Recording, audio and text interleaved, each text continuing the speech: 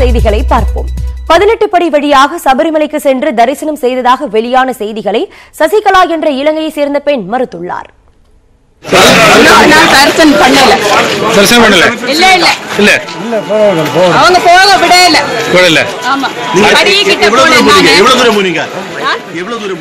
பக்கத்துல போனேன், அவங்க விடையில திருப்பி விட்டுட்டாங்க.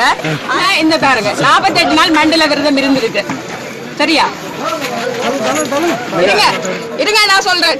48 நாள் இது ஐயப்பன் விளையாட்டு. நான் வந்து கடவுள் நம்பிக்கை உள்ளேன். 48 நாள் விரதம் நான் இருந்திருக்கேன். புரியுதுங்களா? அப்ப என்ன விடையில அவங்க விடாம விட்டவங்க. சபரிமலையில் இரு பெண்கள் சாமி தரிசனம் செய்ததை கண்டித்து நடைபெறும் போராட்டத்தால் கேரளாவில் தொடர்ந்து பதற்றம் நிலவுகிறது. வன்முறையில் ஈடுபட்டதாக இதுவரை 750 பேர் கைது செய்யப்பட்டுள்ளனர். சபரிமலையில் 40 வயது மதிக்கத்தக்க கனகதுர்கா, பிந்து என்ற இரு பெண்கள் சாமி தரிசனம் செய்ததை கண்டித்து நேற்று நடைபெற்ற முழு அடைப்பால் கேரளாவே போர்க்களமானது. திருவனந்தபுரம், கொச்சி, கோழிக்கோடு உள்ளிட்ட பல நகரங்களில் பேருந்துகள் உடைக்கப்பட்டன. பாஜகவினருக்கும் மார்க்சிஸ்ட் கம்யூனிஸ்ட் கட்சியினரும் 20க்கும் மேற்பட்ட இடங்களில் மோதிக்கொண்டனர்.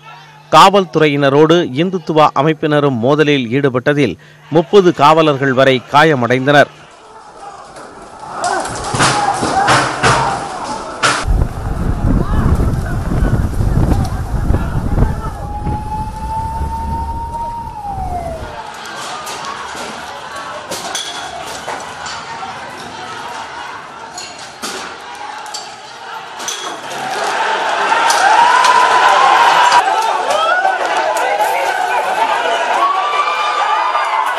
பாலக்காடு பகுதியில் நடைபெற்ற பேரணியில் கடைகளை அடைக்க கூறி வற்புறுத்திய இந்துத்துவா அமைப்பினரை கடைக்காரர்கள் சேர்ந்து விரட்டியடித்த காட்சிகள் வெளியாகியுள்ளன.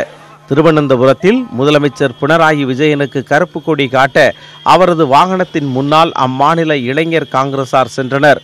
அப்போது முதலமைச்சரின் பாதுகாப்புக்கு சென்ற போலீஸ் வாகனம் அவர்கள் மீது மோதியது. இதில் 5 பேர் காயமடைந்தனர். கான்வாய் வாகனம் மோதிய பிரத்யேக காட்சிகள் நமது நியூஸ் 18 தொலைக்காட்சிக்கு கிடைத்துள்ளன.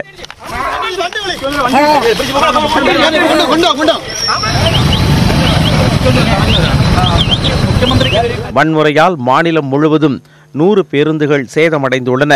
சேத மதிப்பு 3,35 லட்சம் ரூபாய் என கணிக்கப்பட்டுள்ளது. இதனிடையே வன்முறை தொடர்பாக முதலமைச்சர் பினராயி விஜயன் உடனடியாக அறிக்கை அளிக்க ஆளுநர் சதாசிவம் உத்தரவிட்டுள்ளார். வன்முறையில் ஈடுபட்டதாக 560 வழக்குகள் பதிவு செய்யப்பட்டு 745 பேர் கைது செய்யப்பட்டுள்ளனர். 628 பேர் முன்னெச்சரிக்கை நடவடிக்கையாக கைது செய்யப்பட்டிருந்தனர். மாநிலம் முழுவதும் தொடர்ந்து பதற்றம் நிலவுவதால் இன்றும் அனைத்து பல்கலைக்கழக தேர்வுகளும் ஒத்திவைக்கப்பட்டுள்ளன.